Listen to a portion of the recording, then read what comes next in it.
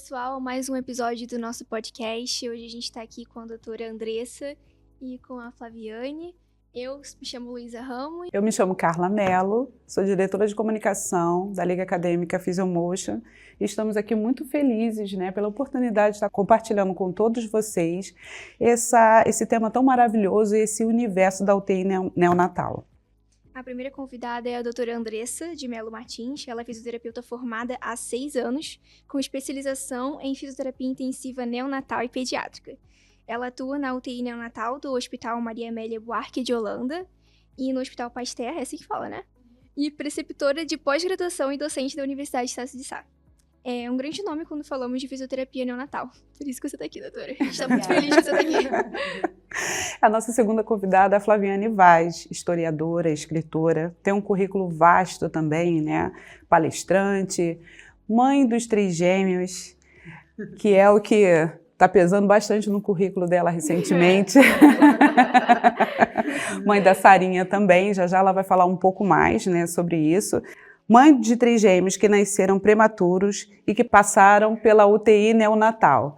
Então, essa passagem dela tem muitas coisas para agregar e a experiência que ela teve na UTI neonatal foi muito significativa e ela vai falar um pouco mais sobre isso já já. O nosso objetivo aqui nesse episódio é mostrar os 2 lados da UTI, O olhar clínico e técnico com a doutora Andressa, que atua no cuidado direto com o recém-nascido, e a visão emocional e real de uma mãe que viveu tudo isso, Porque é tempo, Tanto de acompanhamento com o médico e no pós também, no nascimento. História de amor, é uma de história luta, que continua também, E de resiliência, que é muito importante. Exatamente. Então vamos começar falando sobre cuidados, desafios, a humanização e as técnicas e, acima de tudo, um tema que a gente que é fisioterapeuta, pelo menos caminhando para isso, a gente gosta bastante, que é a vida, dos seres humanos. Nós gostaríamos de conversar com a doutora Andressa, que atua como fisioterapia intensiva neonatal e pediátrica há anos. Então, queríamos saber um pouco sobre a sua experiência na UTI neonatal, doutora. A UTI neonatal é um ambiente que é muito diferente de qualquer outra UTI. A gente percebe que é um clima um pouco mais tranquilo do que a UTI adulto, por exemplo. É um lugar que tem menos barulho, menos luminosidade. A gente tenta manter o ambiente o mais tranquilo possível, apesar que sempre tem o barulho dos monitores, dos respiradores. Mas porque o bebê está ali vivenciando uma experiência que era para ele ainda estar no útero materno. Então a gente tenta manipular o ambiente para que seja o mais tranquilo possível para ele poder se desenvolver. Só que sempre tem aquele estresse dos bebês que têm maior gravidade, que eles precisam de monitorização mais constante. E para os pais que estão vivendo aquele momento, é um ambiente muito difícil. Muitas das mães, o primeiro contato com o bebê ali dentro da incubadora é muito difícil. Porque não é o bebê que elas sonharam em nascer e levar para casa e fica tudo bem. Muitas das mães olham para o bebê ali dentro da incubadora e não conseguem visualizar o bebê delas. Caramba, que doideira. Aí a gente precisa fazer esse momento de acolhimento e união entre mãe e bebê também, para elas saberem que é o bebê dela que tá. É um cuidado que vocês têm que ter com o recém-nascido, mas também preocupação emocional com a mãe, Que também se torna uma paciente. Eu imagino a mãe, tendo a criança e não poder ficar com o bebê no colo. Sim. Que eu acho que é uma das primeiras coisas que a mamãe quer fazer, é ver a criança, sentir, pegar no colo, Sim. E muitas delas chegam e perguntam, eu posso pegar nele? Eu posso conversar com ele? Porque parece que tem realmente um distanciamento entre o bebê delas e elas. Enquanto a gente está ali manipulando o bebê o tempo inteiro, a mãe fica meio restrita do contato com seu bebê, dependendo da gravidade dele. Caramba, e como foi pra você, Flaviane, nesse momento assim? Assim que eles nasceram, como você se sentiu, Então, a minha história é muito longa, dentro da UTI. Eu estava comentando aqui com vocês, no total da minha internação até a alta do Heitor, foram 3 meses dentro do hospital, Eu morei ali na perinatal do Doradó, praticamente. Fiz amigos ali, criei vínculos com a equipe que trabalhava ali, que me ajudou demais. Para mim foi muito difícil, porque assim, eu tinha informação de que eles iam ser prematuros. Eu não fui pega de surpresa, Minha obstetra já tinha me avisado várias vezes. Mas a informação não é consciência. A consciência do que é a prematuridade eu fui ter ao longo do processo, Eu não tinha ideia. Então, assim, quando eles nasceram, eu praticamente não vi meus filhos. Sim, eles nasceram, estavam num quadro bem complicado, O Guilherme nasceu praticamente morto, o Dr. Jofre Cabral trouxe ele de volta, estabilizou o Fernando, estabilizou o Heitor, e eu vi o rosto deles e eles foram direto para a UTI. E aí eu fui vê-los 15 horas após o parto. Meu Nossa. Deus. Né? E eu peguei eles no colo uma semana depois. Meu Deus. Nossa. Mas você chegou a Muito ver eles tempo. nesse período, né? Sim, Só- eu morava lá dentro. Exato. Como eu disse, eu morava lá. Exatamente como a doutora acabou de explicar, né? Esse papel dos profissionais nessa hora em que a mãe não tem condição de ficar com o bebê, né? E, doutora, uma pergunta até que eu acho que as pessoas têm. Por que geralmente o terceiro feto ele nasce com um peso menor do que o comparado aos outros? Porque no caso dos trigêmeos tem o G1, o G2 e o G3. Normalmente o G1 é sempre maiorzinho, mesmo se falando de gêmeos, o G1 é sempre maior que o G2. E aí, conforme vai vindo os outros bebês, acabam que a nutrição da placenta, ela fica um pouco mais deficitária para os outros. Uhum. A gente sempre brinca que o G1 comeu a comida dos outros. Meu Deus. Aí por isso que acabam que não tem nutrição para ser igual para Aham. todo mundo. Acaba que um sempre vai nascer maiorzinho do que os outros. Naturalmente. Isso, você teve muitas perguntas nesse período que você estava gestacionando ali. Você chegou a fazer algumas perguntas pro médico, ele te alertou sobre isso? Então, eu tive uma gestação muito saudável, na verdade, né? Eu fazia pilates, gente. Eu trabalhei, né? E estava muito tranquila, bem orientada pela minha obstetra, né? Que é a doutora Regina Coelho, muito experiente na área de gestação de múltiplos.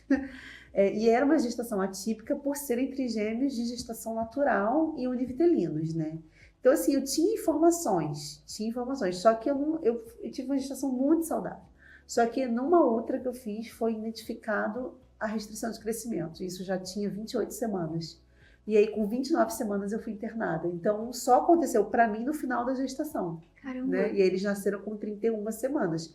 Até então, a gestação foi bem tranquila, né? Eles foram se desenvolvendo bem, mas chegou um ponto de que realmente precisavam de um acompanhamento intensivo. Aí foi nesse momento que eu fui internada para tentar estender a gestação. O objetivo da minha internação era todos os dias era avaliado. Nasce hoje ou a gente consegue aguentar a gestação até amanhã, mantendo os bebês bem, né? Uhum. E aí, nisso, a gente conseguiu chegar a 31 semanas internada ali no hospital, né? Pós-nascimento, doutora, fala um pouquinho dessas técnicas que são utilizadas nesse ambiente de UTI. A gente tem muitos recursos para usar, né? A gente tem o posicionamento canguru, a gente tem a rede terapêutica, né, que é o método Hammock, tem o banho de furô, tem a própria cinesioterapia, né, mobilização passiva do bebê. E a gente vai ter as técnicas respiratórias, que também vão conduzir ali com mobilização, alongamentos. E tem uma técnica que é muito específica do UTI neonatal, que é o ETA. Não sei se vocês já ouviram falar. Pode falar um pouquinho? Abdominal. Ele vai trabalhar ali equilibrando forças musculares através de movimento gentil. Porque o bebê ele é muito pequenininho. E ele ainda está em desenvolvimento. Então tudo pro corpo dele é muita agressão. Então a gente tenta nos manuseios ser o mais gentil possível, porque a gente precisa simular o ambiente intrauterino para ele conseguir se desenvolver da melhor forma. Então você pode explicar um pouquinho como que seria esse banho de ofurô e essas técnicas que eu até cheguei a analisar no seu slide que você comentou, só que eu fiquei com dúvida, né? Queria muito que você explicasse pra gente. Então são todas técnicas que fazem parte da cartilha do Ministério da Saúde sobre assistência ao recém-nascido de alto risco. Sabia que tinha. A gente tem a iniciativa do método canguru. O banho de ofurô e a redinha estão dentro dessa iniciativa. Porque o método canguru, ele não é só o posicionamento canguru, que é o contato pele a pele. Ele vai muito além, é uma estratégia mesmo de cuidado do RN. E aí ele vai desde do parto até a alta ambulatorial da criança. O acompanhamento do método canguru perpassa 3 etapas. E aí o posicionamento canguru, a criança fica dentro da roupinha da mãe, contato pele a pele, na posição vertical. Porque esse contato pele a pele, ele vai ajudar em muitas coisas para o bebê. Ele é um estímulo sensorial positivo, ele vai ajudar no ganho de peso, na produção de leite materno, porque vai ajudar em mediadores hormonais. Ele vai ajudar a questão respiratória do bebê também, porque essa posição facilita o diafragma, facilita a troca gasosa, expansão pulmonar. E ele vai estar ali sentindo o cheiro da mãe, ouvindo a voz da mãe, ou sentindo a frequência cardíaca. Já a redinha a gente usa para simular o balanço do útero materno. Porque os bebês prematuros, ele tem muita deficiência de propriocepção, de entender o corpo dele no espaço, porque ele perde esse estímulo porque ele nasceu antes do tempo. Então a rede está ali para simular o útero. Então ele se movimenta contra um tecido que já fortalece a musculatura. Tem o balanceio da rede que simula o caminhar da mãe, e ele vai fazendo um estímulo vestibular na criança. Que legal. E o banho de ofurô, gente, é um balde de plástico, que pode ser feito em qualquer lugar, com água aquecida, tá ali por volta de 36, 37 graus, que é a temperatura do bebê, para ele não ter nenhum desagrado ali quando colocar na água. E a gente coloca ele na água e faz as movimentações dele como se fosse uma hidroterapia do bebê. Para poder ele também ali com o estímulo sensorial da água contra o corpo, para simular o líquido amniótico da placenta mesmo. E aí ele se movimenta, ele ganha força, ele ganha tônus muscular, porque os bebês são mais hipotônicos pela prematuridade. E aí a gente tenta simular os estímulos que eles perderam por terem nascido antes do tempo. Prematuros, né? Você chegou a passar por essas técnicas com seus bebês, Flaviane? Sim, eles tinham condições muito sensíveis, né? Então nem toda técnica se aplicava à realidade dele, né? Porque essas técnicas os bebês precisam ter estabilidade hemodinâmica e principalmente respiratória para poder fazer. E no caso eles dependiam bastante do oxigênio, né? Eles ficaram dependentes do oxigênio praticamente até a alta. Praticamente até uma semana antes da alta, né? Mas o canguru sim, né? E o canguru eu adorava. Eu vi a foto que você mostrou, é canguru, né? Mas na verdade eu só conseguia fazer um por dia, né? Porque eu tentava ficar horas com eles no colo. Precisa ficar pelo menos 2 horas com os bebês na posição. Aí eu fazia todos os dias, mas com um bebê diferente. Não conseguiu fazer com 2 ao mesmo tempo? Depois eu consegui. Mas já estava quase de alta, né? Quando eles realmente ficaram mais estáveis. Porque né? para posicionar ele em mim, vinham os 3 profissionais. Para tamanha instabilidade deles, na fragilidade deles, né? Na UTI, para mim, a minha experiência foi essa percepção de fragilidade exposta, né? Quando a mãe veio, né, vi eles na incubadora e todos aqueles aparatos em volta para fazer o bebê respirar. Ele está bem. Tem mais sensor do que bebê, né? Muito assustador, né? Para quem nunca entrou numa UTI, né? No meu caso foi bem assustador. O canguru foi me ajudando nesse contato, assim, que eu comecei já depois de mais de uma semana que eles estavam internados, porque eles precisavam ficar mais estáveis, né? Lá eles estimulam bastante, né, a prática, mas realmente era bem sensível, tinha que ter uns 2 profissionais para posicionar e um profissional para ficar de olho o tempo inteiro, caso tivesse alguma instabilidade e precisasse de um suporte ali. O ambiente todo é um ambiente de alerta, né, um ambiente bem tenso, né? Mas assim, dentro desse ambiente, teve algum momento em que você achou assim que, nossa, durante a sua estadia ali na UTI, que foi um dos momentos mais difíceis que você passou? Vários. Teve muitos momentos. Assim, primeiro que eu cheguei com muito medo, e eu acho que o medo é um péssimo conselheiro, né? Então, eu encontrei pessoas que me acolheram de verdade, profissionais da enfermagem, pediatras, né? O próprio Dr. Joffre, que me acolheram de verdade para me acalmar, para falar, olha, tá tudo bem, né? Tem a psicóloga também, né? Que dá o suporte lá para os pais. Daí ele falou, olha, e aí eu tinha muito medo, e ele me perguntou, por que você está com tanto medo? Eu falei, porque eu acho que eles podem morrer a qualquer momento. E aí eu recebi uma mensagem muito linda de uma amiga lá que disse, não, aqui não é lugar de morte, aqui é lugar de esperança. Ai, que lindo. Você não pode entrar aqui pensando em morte, você tem que entrar com esperança no seu coração. E isso começou a me ajudar, só que não dá pra gente ter esperança todo dia. Tem dias que são muito difíceis, né? Então, assim, a fase das apneias era muito difícil para mim, apesar de me explicarem que era um processo. Então, doutora, você pode explicar o que é apneia, para o pessoal entender também? A apneia é porque os bebês prematuros, eles têm uma imaturidade neurológica muito grande. Então, o centro respiratório ele ainda não está preparado para a respiração. Então, a apneia é como se o centro respiratório desligasse por um tempinho. Então, eles param de respirar e faz queda da frequência respiratória, da saturação. E aí, tem vários jeitos de você trazer a criança de volta para a respiração, né? Com estímulo tátil, oferta de oxigênio, ou até ventilação com ambu em casos um pouco mais graves. Mas isso é muito comum do prematuro por causa da imaturidade neurológica. Conforme eles vão crescendo e se desenvolvendo, o centro respiratório se desenvolve também e as apneias cessam. A mãe não vê nada disso. A mãe só vê que o bebê parou de respirar. Socorro! Mas você se recorda de ter tido nada. esse tratamento? Você recorda de ter tido o acompanhamento de algum fisioterapeuta respiratório dentro da UTI? UTI? 24 horas por dia, não importa a hora que eu estivesse dentro da UTI, a fisioterapia estava lá dentro. 24 horas. E às vezes eu estava lá 2 horas da manhã, às vezes eu estava 6 da manhã, às vezes eu estava meio-dia. Não tinha horário que não tivesse, né? Fisioterapeuta sim, lá dentro. Uhum. E também acessíveis. Tipo assim, eles tinham, eu não sei se em todas as UTIs, mas eu espero que sim, né?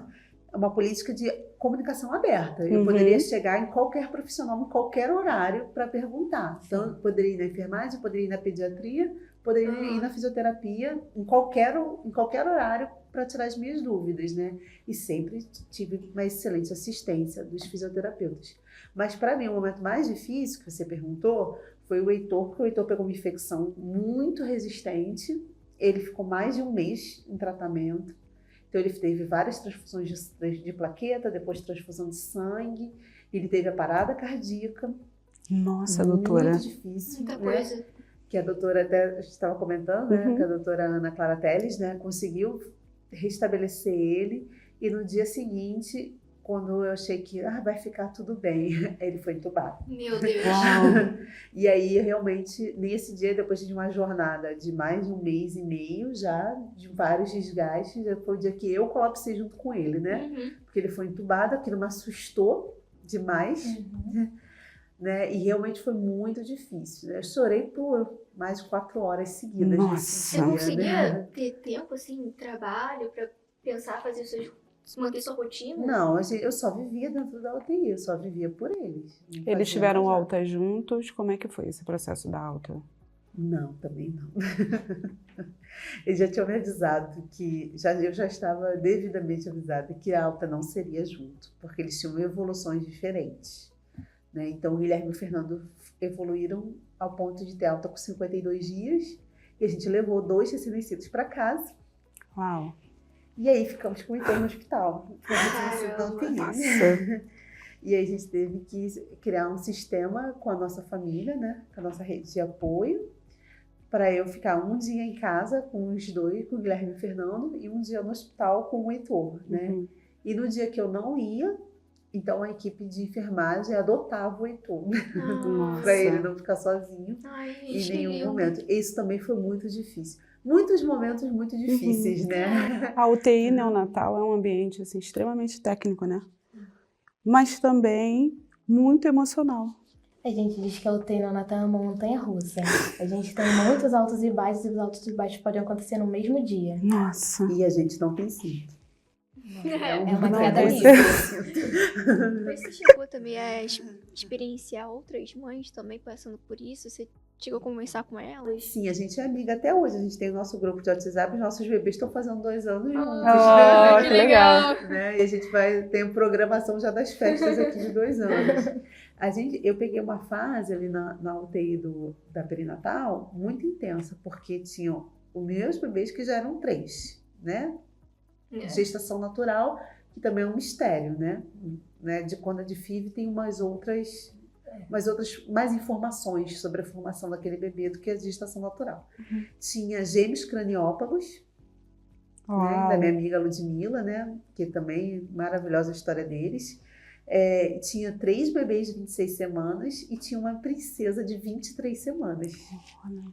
Então a gente ficou muito tempo no hospital e as mães, elas eram a minha principal rede de apoio emocional, né? Porque elas entendiam o que a gente estava passando quando a gente compartilhava, né? E o fato da gente se tornar amigas ali dentro ajudou todas nós a passar por isso. É uma coisa da outra, né? E hoje a gente vê os bebês crescendo saudáveis. Junto. É a melhor recompensa. Doutora Andressa, como o fisioterapeuta ele pode acolher esses pais dentro desse ambiente? A gente está ali inserido na equipe multi, né? E a gente vai fazer esse contato do pai com o bebê, da mãe com o bebê, né? Da família de uma maneira geral. Uma das UTIs que eu trabalho, a gente tem a visita da família. Então, no finalzinho da tarde, normalmente, 2 pessoas de cada vez, porque não pode entrar muita gente ao mesmo tempo na UTI. para a família também estar ali integrada nesse processo, porque os pais precisam de uma rede de apoio, não só emocional, É verdade. mas quando for para casa, a criança vai precisar de algumas assistências, né? Então a gente traz a família para o centro do cuidado, porque é o bebê deles, é o filho deles, então eles têm que participar desse cuidado. Então, eu, por exemplo, gosto muito de atender o bebê junto com a mãe do lado, porque a mãe já é uma outra mão para me ajudar no atendimento. O toque dela é diferente do meu, né? É um toque de mãe, não é um toque igual o nosso de objetivo profissional com alguma conduta. Mas vocês têm essas orientações, assim, pra trabalhar na UTI Neo? Temos sim, porque a gente lida muito com a humanização o tempo inteiro do cuidado. É a humanização do cuidado o tempo inteiro. Seja para a mãe trocar uma fralda, você vai ajudar ela a participar desse cuidado.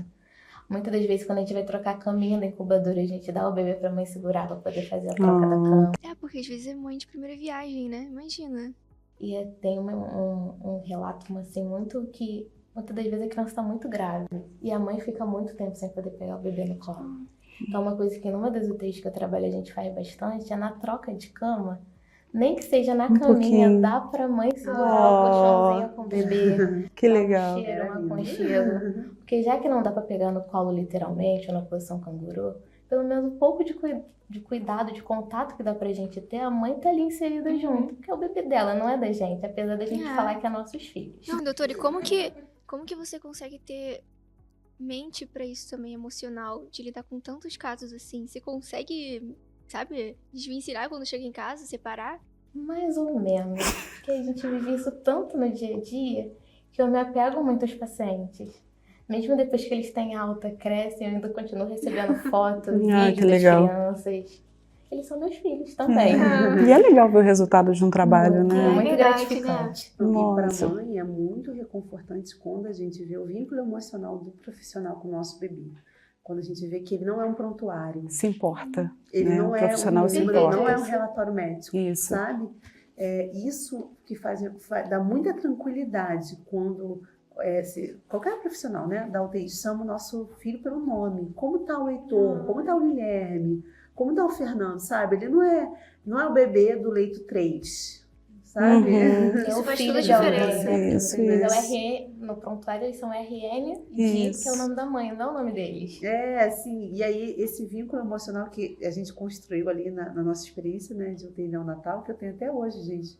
Eu já voltei lá com os meninos, já voltei lá algumas vezes também para fazer um trabalho de apoio às mães de UTI. Ah, que legal!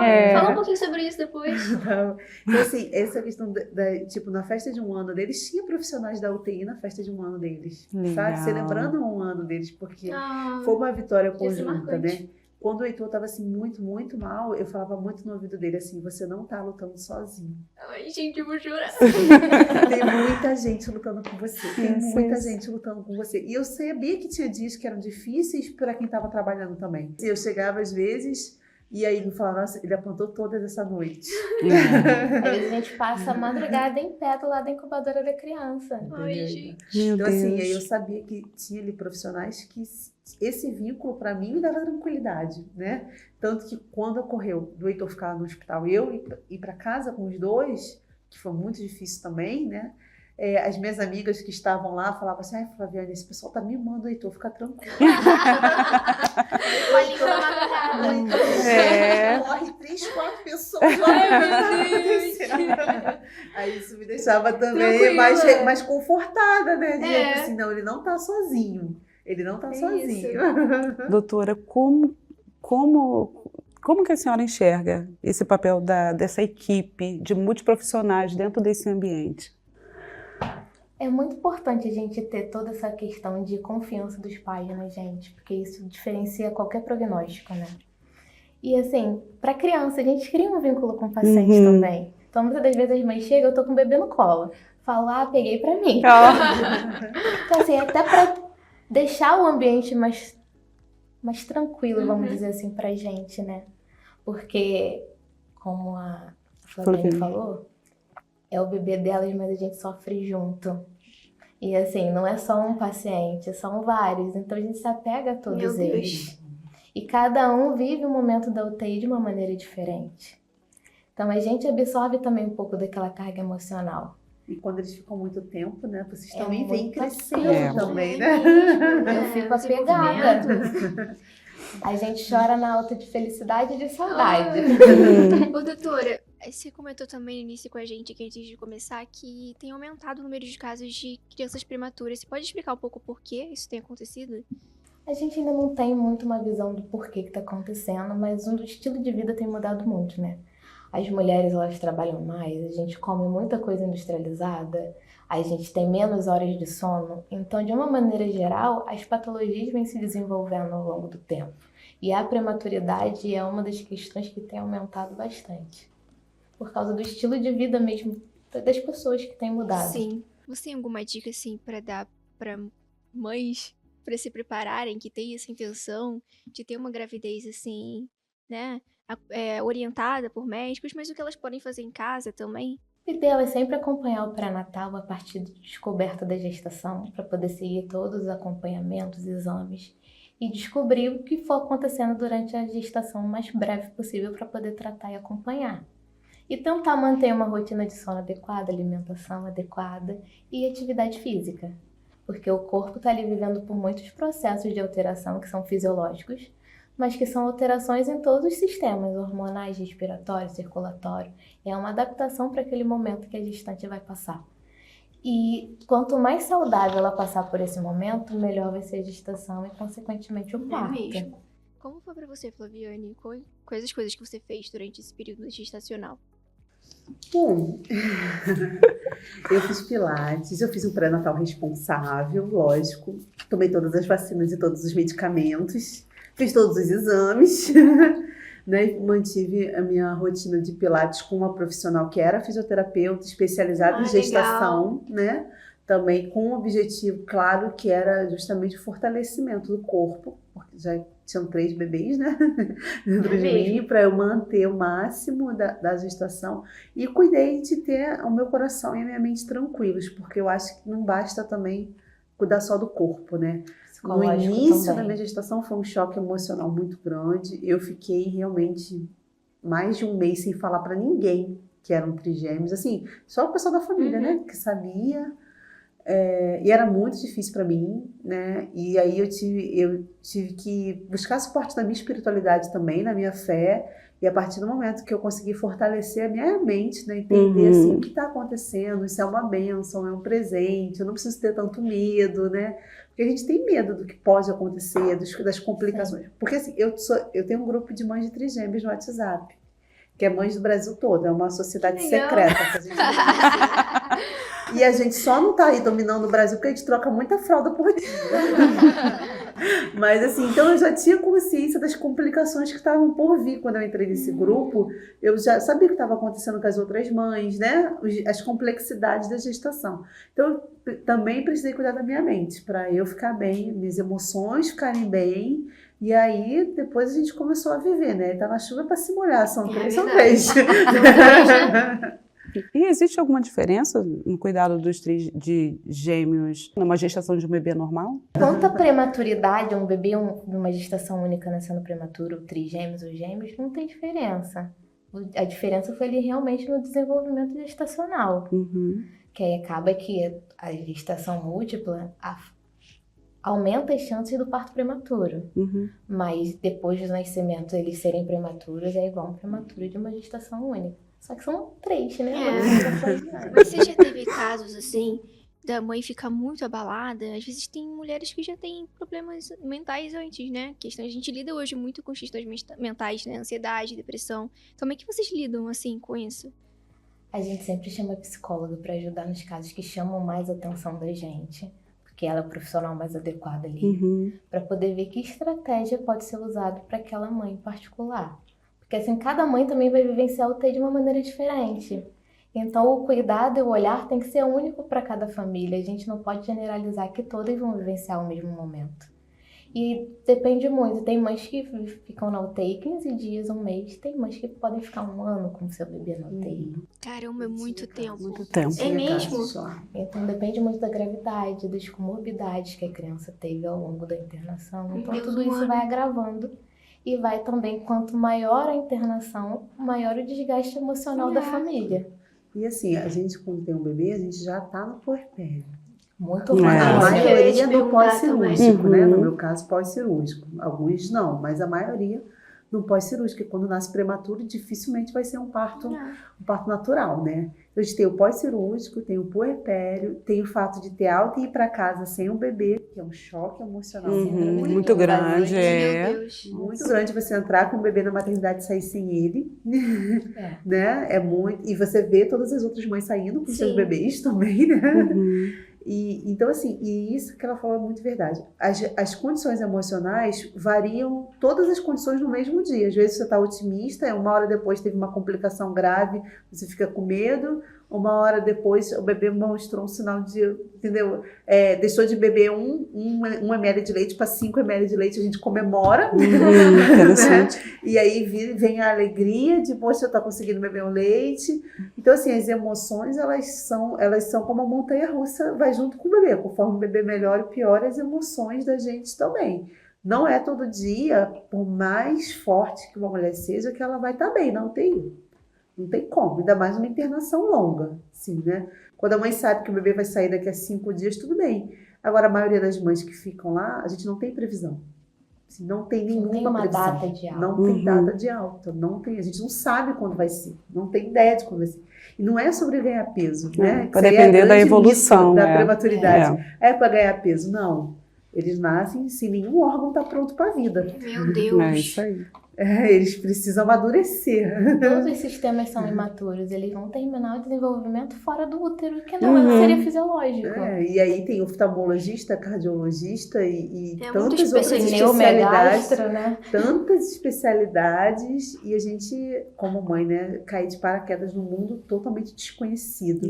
Graças a Deus, uma equipe muito humanizada amparou a minha queda, né? E foi nos instruindo, né? A gente vai aprendendo, né? Um pouquinho, vai se acalmando, né? Vai entendendo, não, isso vai passar. Isso vai a cada passar. dia a gente vai inserindo uma informação diferente para você. É um degrauzinho a cada dia que vai subindo. A equipe não, o primeiro dia que eu entrei na UTI, eu perguntei, tem previsão de alta? Era o que eu queria saber, né? Não é bem assim. Um dia de cada vez, né? Aos pouquinhos. Vamos falar sobre como eles estão agora. Então é isso também, né? Porque a mãe também tá aprendendo nesse processo. Então, informação, o profissional, como você disse, ser acessível faz toda a diferença. E eu gostava muito, lá a gente tinha uma reunião semanal com o Dr. Jofre, né? Que é o chefe da UTI lá. E ele acredita muito da conversa com o bebê. Aí ele falava assim, você tem que conversar com o bebê. Tem que prometer coisas para ele. Convence ele a ir embora. Vambora. E isso me despertou, assim, para a necessidade de comunicar o amor, né? Tipo assim, Ai, que bonito. porque primeiro eu tinha a impressão que eu tinha que ter alta para começar a minha maternidade. Eu tinha a impressão de que eu só ia começar a ser mãe quando eles fossem para casa. Aí lá é que foram me ensinando, não, comunique o amor. Dê palavras de incentivo, né? Mostre que você toca, né? Eu tinha medo de tocar, medo da contaminação, medo de apneia, né? Que dá para toda hora. Até a gente se acostumar com o ambiente, aí aprender a tocar. Mesmo quando eu não pegava no colo, eu abria a incubadora e já botava as mãos, já abraçava, fazia carinho. Abraçava, fazia orações. Aí depois eu fiquei conversadeira. Aí eu conversava muitas coisas, mas eu declarava coisas positivas, né? Eu descobri também, assim, na minha percepção pessoal, né, como mãe, o poder da palavra. Então, em vez de... Mesmo quando eu queria, assim, descompensar, eu não descompensava do lado da incubadora. Do lado da incubadora eu tinha palavras de afirmação, tipo, você é forte, você vai ser saudável, você vai crescer, daqui a pouco a gente vai para casa, né? Você tem vida, né? Você tem fôlego. E aí eu ia declarando coisas positivas, incentivando, quando você for para casa, a gente vai passear. Eu ia fazer essa pergunta, se teve alguma coisa que você falou ali naquele ambiente que você fez, o que foi? Eu fiz muitas promessas. Eu prometi, assim, eu falava da família, para ele saber que tem mais família. Eu falava, olha, seu pai tá te esperando, sua irmã tá em casa te esperando, sua avó, né, sua tia. Eu ia apresentando a família para eles, falava, o seu bercinho tá pronto para você dormir em casa, né? Tá tudo, suas roupinhas estão passadas, gente, no enxoval inteiro e a criança não usa roupa. Porque na incubadora fica sem roupa, porque é quentinho ali dentro, Enxoval só de inteiro. fralda, meia e luva. O enxoval inteiro pronto, a criança não usa nada. Então eu falava, olha, suas roupinhas estão passadas, estão te esperando. Quando você crescer, eu vou te mostrar os animais, as frutas, a música, o mar. Aí toda vez que eu faço alguma coisa, eu repito, olha, lembra que eu te prometi? Eu te trouxe para conhecer o mar. Ah, que legal. Quando eu levei ele para a cachoeira a primeira vez, eu falei, lembra que eu prometi? Isso aqui é a cachoeira que eu falei. Que legal. Muito legal. Então, assim, essa parte também de você imaginar o futuro ajuda muito. Me ajudou como mãe, né? Me ajudou como mãe. Ver a vida para além do hospital. Porque a gente fica com muito medo de, será que eu vou sair daqui? Será que a gente vence? Quando será que a gente vence, né? Fala um pouco desse trabalho que você falou que volta no hospital com essas mães, né, de apoio. Então, a Helena, que é a psicóloga de lá, a gente criou um vínculo de amizade e eu me voluntariei para fazer esse trabalho voluntário. Do Glória D'Or, né? Na perinatal da Glória D'Or. Então, de vez em quando eu retorno, quando a minha agenda permite, né? A minha rotina com os bebês permitem, para fazer uma reunião, porque lá tem uma reunião com os pais toda semana, com as mães, para eles se conhecerem, e aí eu volto para compartilhar a experiência e para incentivar, né, como mãe, né, porque como profissionais já tem bastante profissional que faz isso lá. Mas eu retorno para dizer, olha, vai passar, parece que não passa, mas passa, vai dar tudo certo depois, né? Para elas verem as histórias de sucesso. Isso, se motivarem. Aí a gente vai contando as histórias e também eu sei que quando uma mãe chora, eu sei o choro que ela está tendo, sabe? E eu sei que os médicos, os fisioterapeutas, eles são muito atenciosos e eles explicam. Mas a nossa angústia é materna, não é técnica. É verdade. Então eu vou lá para oferecer conforto como mãe, não como profissional da saúde, né? Falar, olha, eu sei essa lágrima aí que você está chorando. Eu entendo esse medo, essa taquicardia que dá quando apita, né? Quando os alarmes da incubadora apitam, né? Eu entendo isso. Essa fragilidade exposta, mas vai passar. Quando eu vejo a Flaviane falando assim, da importância do profissional de qualidade, né, doutora? Sim. Nessa atuação, né? O papel importante desse profissional, que não é só a parte técnica, é a parte humanizada. Sim. Que nós já falamos aqui, né? A preocupação com o outro, o que está acontecendo, o que você pode fazer de melhor, né? Porque não é só o assistencial técnico-científico ali. É o que vai além do técnico, né? Que a gente trabalha com o coração. Muitas das vezes a gente não vai ali só mobilizar um bebê, a gente está conversando, contando do dia, do sol, se está chovendo, se não está, que horas são. A gente conversa com as crianças. Do nada você pode entrar numa UTI e vai passar por algum profissional, tá lá o profissional fazendo as coisas, conversando com o bebê. A gente conta o dia, conta a vida. Ai, que máximo, gente. Que conselho a doutora falaria assim para os nossos acadêmicos e que estão assim pensando, né, em seguir essa linha, né, de trabalhar em UTI neonatal? Olha, eu sou suspeita porque eu nunca fiz outra coisa da minha vida. Desde o dia que eu me formei, eu trabalho em UTI neonatal. É mesmo? Eu entrei na faculdade querendo neuropediatria. Então você já queria trabalhar com criança? Sempre quis trabalhar com criança. Só que aí eu conheci a terapia intensiva. Só que na graduação a gente não tem contato com a terapia intensiva infantil. Mas, doutora, é muita coragem também. E aí eu tive uma professora na disciplina de terapia intensiva que falou, você é a cara da UTI neonatal. Oh, que legal. Aí eu falei, então vou ver o que é isso. Lembra o nome dela, doutora Renata? Leite. Doutora Renata Leite. Ela é coordenadora do campo em Maracanã. Aliás, eu a amo. Deixa a minha declaração de amor para a doutora Renata. Eu me inscrevi numa vaga de estágio extracurricular, fui fazer estágio na UTI que eu trabalho até hoje. Estou lá desde quando eu fui estagiária e me apaixonei. Oh, que legal. Você não se arrependeu quando chegou lá? Nem um pouco. A Renata até fala que provavelmente eu fui para essa área porque eu fui um bebê de UTI. Eu nasci de 29 semanas. Não brinca. Fala um pouco sobre isso. A minha mãe teve pré-eclâmpsia, teve um descolamento de placenta, uma hemorragia. E aí ela precisou ficar internada durante um mês antes do parto. Caramba! E ela ficou sem poder levantar da cama, né, por causa de todas as alterações. Só que aí eu misturei a bolsa, né? Nasci com 29 semanas. Uau! E aí ela passou um mês na UTI, porque como ela já tinha ficado internada antes, fez toda a preparação já pensando na possibilidade de um parto prematuro. Então eu nasci, apesar de pequena, assim, bem nos fatores clínicos, e acabei tendo alta com um mês de internação. Ai, que bom. Legal. Tá vendo? São muitas histórias positivas. Muitas histórias. Na verdade, me veio essa dúvida agora. Tem uma média, assim, de positiva para as mulheres que saem da UTI com seus bebês? A gente tem mais histórias positivas do que negativas. Ai, que Que bom. Muito mais histórias É positivas. exatamente isso que a Rafa falou também, né? Do profissional também ser muito bem capacitado para isso, né? Sim. Não, a prematuridade, ela é uma luta muito grande, mas é uma luta que está todo mundo vencendo, né? Sim, Assim, a ciência avançou muito, os recursos, né? Que você vê os recursos de uma UTI são impressionantes, de uma UTI neo. A cada dia a gente evolui mais, pensando realmente na assistência, de fazer aquele bebê ir para casa bem, e não ir para casa com outras comorbidades. Sim, sim. Muito interessante. Bom, vocês podem fazer as considerações finais, né? Vocês A gente querem deixar queria alguém deixar falar muito. um pouco da fisioterapia, porque a fisioterapia a gente faz muita diferença na vida, sabe? Por favor. Pode falar bastante. Deixa eu falar só um pouquinho Isso. pra vocês. Fico super Porque feliz. depois da alta, É a verdade. gente teve uma assistência muito boa. Deixa Que eu bom. comentar um pouquinho depois da alta. Eles tiveram alta, né, bem assim, a termo, né, na fase que eles iriam nascer, né? Eles foram para casa, tem essa questão da idade cronológica e idade corrigida, que aí fica uma loucura na nossa vida, mas eles foram, tinha 2 meses de nascido, né, 2 meses e meio, o Heitor quando foi, mas corrigido eles eram recém-nascidos. E aí eu descobri a osteopatia, que eu nunca tinha ouvido falar, assim, ouvi assim, raramente falar por alto, mas não sabia o que era.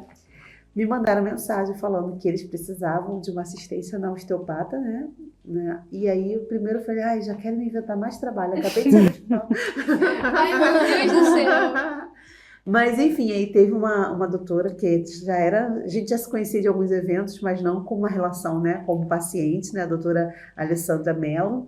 Ela me chamou e ela ofereceu um suporte para mim com os meninos. Então, ela foi osteopata deles. Que legal, né? Para fazer a correção da simetria craniana, né? Que é um assunto que pouquíssimas pessoas falam, que após a alta, a fisioterapia é extremamente importante para os bebês prematuros. Sim. E aí a doutora Alessandra Mello, né? Ela foi nossa osteopata para fazer a correção da simetria craniana, porque eles ficaram deitados muito tempo, né? E também a fisioterapia motora, do desenvolvimento deles. A gente ficou, acho que uns 8 meses em tratamento. Toda semana nós estávamos no consultório dela. Seguindo as orientações, né, fazendo uma educação mais natural possível deles. Então, eles foram criados no chão mesmo, para se desenvolverem. Que legal, né? Seguindo os treinamentos, dos estímulos, porque assim, a gente, quando a criança vai crescendo, mãe tem medo de tudo. Aí a gente, meu Deus, será que esse menino vai conseguir se mexer? Será que vai conseguir virar? Né, fazendo Mas os médicos, quando eles estavam incubados, eles chegaram a falar que eles poderiam ter alguma coisa? Não, isso é medo de mãe mesmo.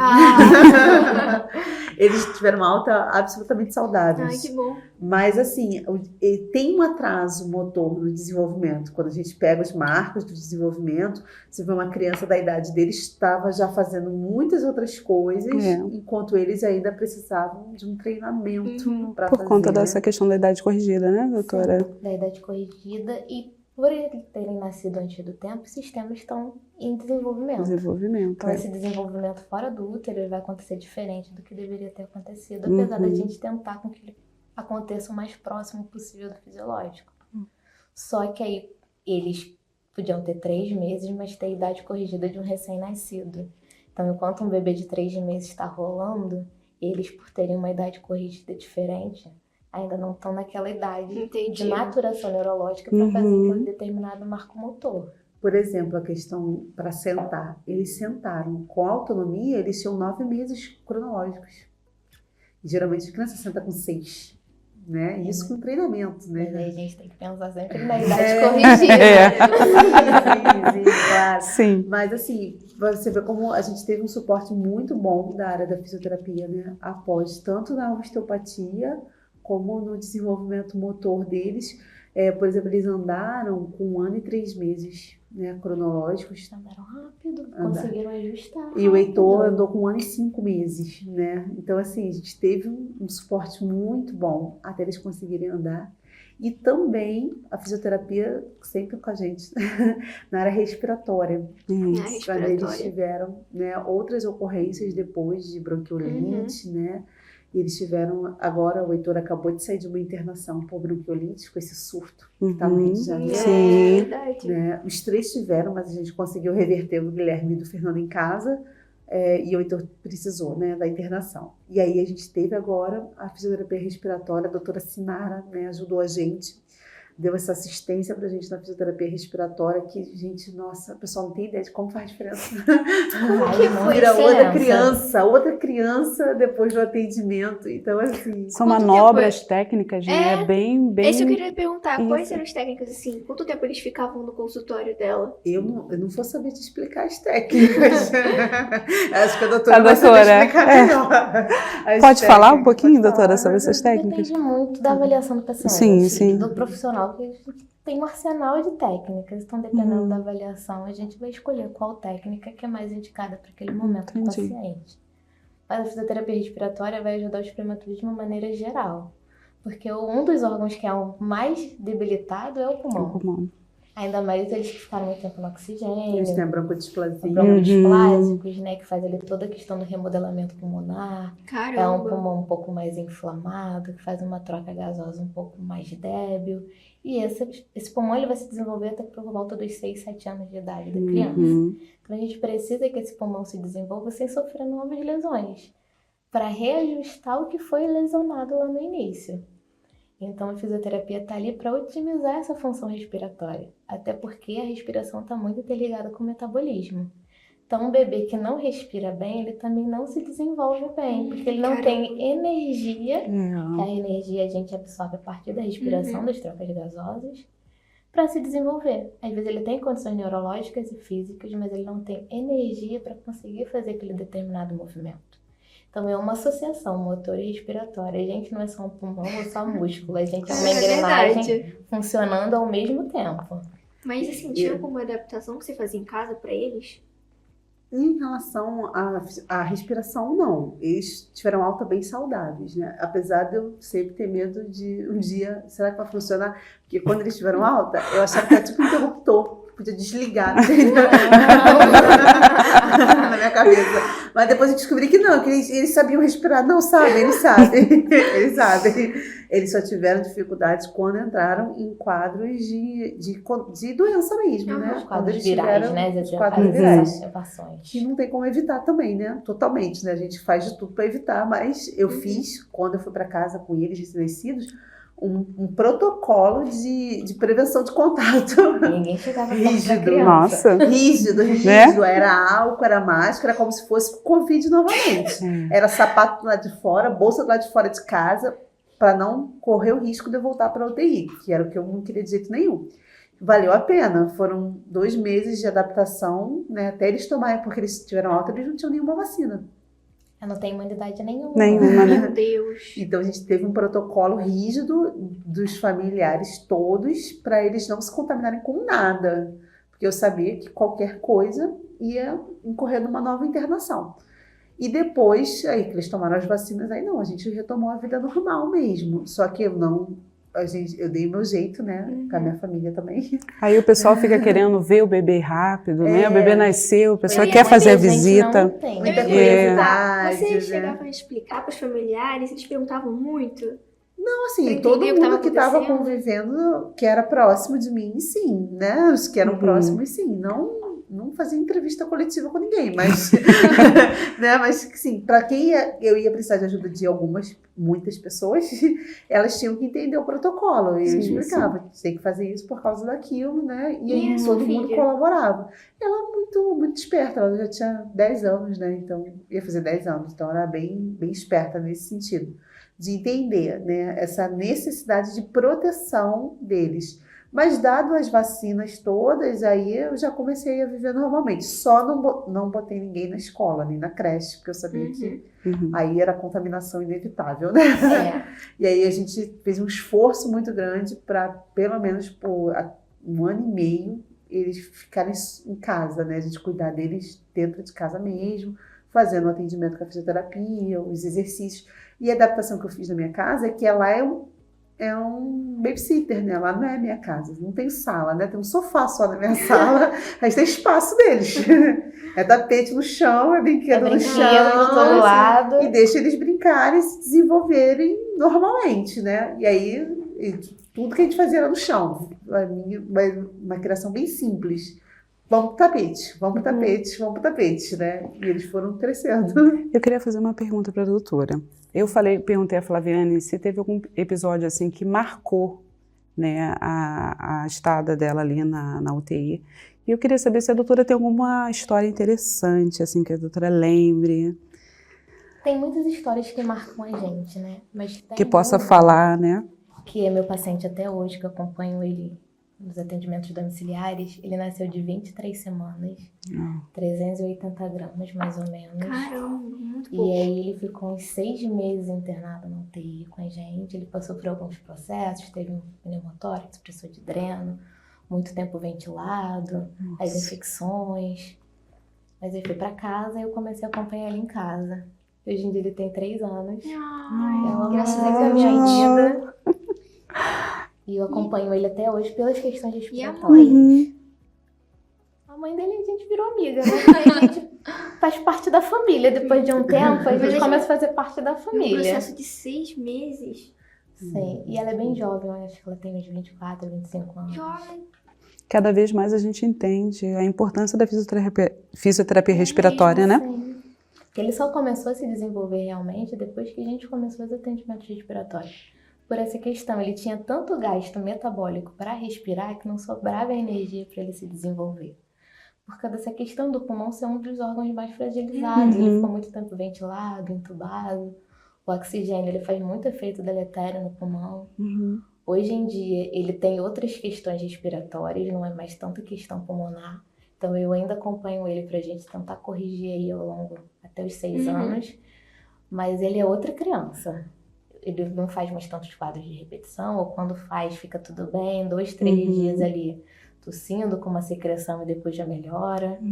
Que a função respiratória estando otimizada, você consegue ter um melhor gasto energético, uma melhor distribuição ali do desenvolvimento mesmo do organismo. Mas eu amei que de todos os casos que a gente falou aqui dessas crianças, todo mundo tá bem, sabe? Todo mundo consegue se desenvolver. E é exatamente o que a gente tá falando aqui, né? Sobre bons profissionais, né? Principalmente fisioterapeuta. Então, poxa, até eu tô com vontade agora de Vem pro meu mundo, vem pro meu mundo. Muito legal. Não, isso faz muita diferença. A pediatra desse, que é a doutora Marta Galo, cuida deles desde a UTI. Então, assim, conhece muito eles, muito, muito, muito. E a gente acaba virando amiga. Domingo à noite ela tava me mandando mensagem. E o Heitor, tá melhor? Que legal. São profissional, né? É igual a doutora. A gente cria muito vínculo. Faz muita diferença. E os colegas, né? Os amigos, né? Profissionais que a gente criou o vínculo, estão todos no meu Instagram. Então a gente manda mensagem. Se eu demoro muito a postar, eles mandam mensagem. Ei, cadê os meninos? Requisitados já. Deixa eu ver os meninos como é que estão, né? E a gente vai trocando essa mensagem. Porque acaba que eu tenho um lugar de tanta sensibilidade e a gente está exposto, assim, a gente está sem defesas, assim, a mãe, né? A mãe, o pai, né? Quem estiver acompanhando a criança, no caso, né? Fica assim, a gente acaba criando vínculo mesmo, né? Se expondo, contando a nossa história, né? Ouvindo as histórias de outras crianças que a gente quer saber, né? Que ficaram bem também. E uma frase que sempre me disseram assim: o prematuro é mais forte do que você pensa. Ele é mais forte do que você pensa. Assim. Ele parece frágil porque nasceu com pouco peso, nasceu pequenininho, tá cheio de monitoramento, mas ele é mais forte. E é isso, eles nascem com muita vontade de viver. Eu estou lutando por ele ali, né, gente? Eles estão assim, com vontade de viver. E aí eles lutam e vencem. Isso. Queria muito pedir para a doutora Andressa deixar uma mensagem aí para os fisioterapeutas. O que a doutora pode acrescentar mais, assim, para que a gente possa passar de informação para os nossos queridos colegas aí? Principalmente para os estudantes, né? Não é só o conhecimento técnico que a gente precisa. A gente precisa trabalhar com o que a gente gosta, porque o trabalho fica mais fácil. É verdade. E a gente trabalha melhor quando a gente faz o que gosta. Então, independente da área da fisioterapia que vai seguir, não pensem só nos cursos que vocês vão fazer de determinadas técnicas. Pensem na formação humanizada, porque o paciente não vai precisar de você só como fisioterapeuta, mas como um apoio ali, porque a gente lida com vida e com qualidade de vida. Então, a gente vai lidar com dores, com sequelas que estão atrapalhando a qualidade de vida do paciente. E isso interfere muito na questão psicológica. Então, a gente não é um mero reprodutor de movimento. A gente está ali para tentar trazer mais qualidade de vida e melhora ali todas as questões psicológicas do paciente. Porque se você tem dor, você não tem como ser uma pessoa feliz. É isso aí. Entendi. E você, Flaviane? Tem alguma mensagem que você gostaria de deixar para as mães também? Quer fazer alguma pergunta para a doutora?